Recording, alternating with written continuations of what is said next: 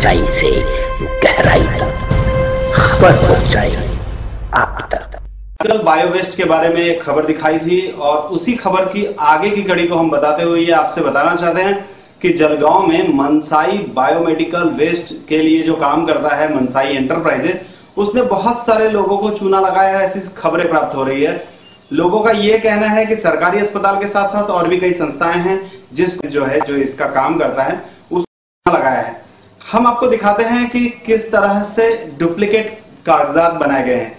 ये जो कागज है ये हमें सरकारी अस्पताल से सूचना के अधिकार के अंतर्गत प्राप्त हुए हैं।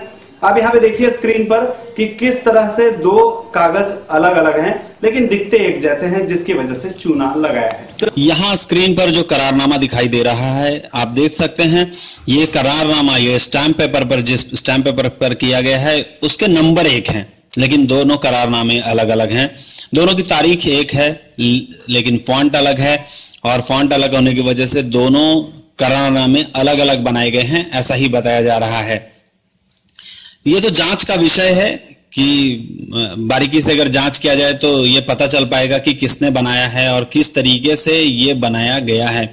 हालांकि दोनों की तारीख एक है, नाम एक है, यहां तक कि स्टैम्प पेपर का नंबर भी एक है। अब आगे आप देखिए, वो पहला पेज था, ये आखिरी पेज है। इस पेज पर आप देखिए जो तारीख लिखी गई है 2/8/2015, वो जो तारीख है वो तारीख गलत है। एक जगह पे एक स्टैम्प पेपर पे 8 अलग तरीके से लिखा गया है, दूसरे स्टैम्प पेपर पे 8 अलग तरीके से लिखा गया है।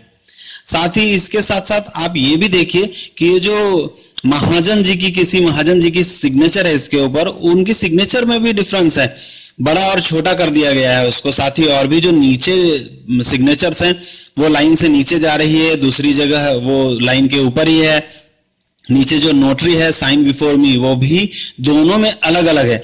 देखने का विषय तो ये भी है कि ये नोटरी कैसे एक ही तारीख की बार बार नोटरी हो सकती है क्या, और दो अलग अलग पेपर्स एक ही समय पे नोटरी हो सकती है। नोटरी में कहाँ गलत हुआ है, नोटरी गलत हुई है क्या, ये भी एक विषय बनेगा आगे चलकर। और ये देखना है कि नोटरी करने वाले पर भी कोई कार्रवाई होती है या नहीं।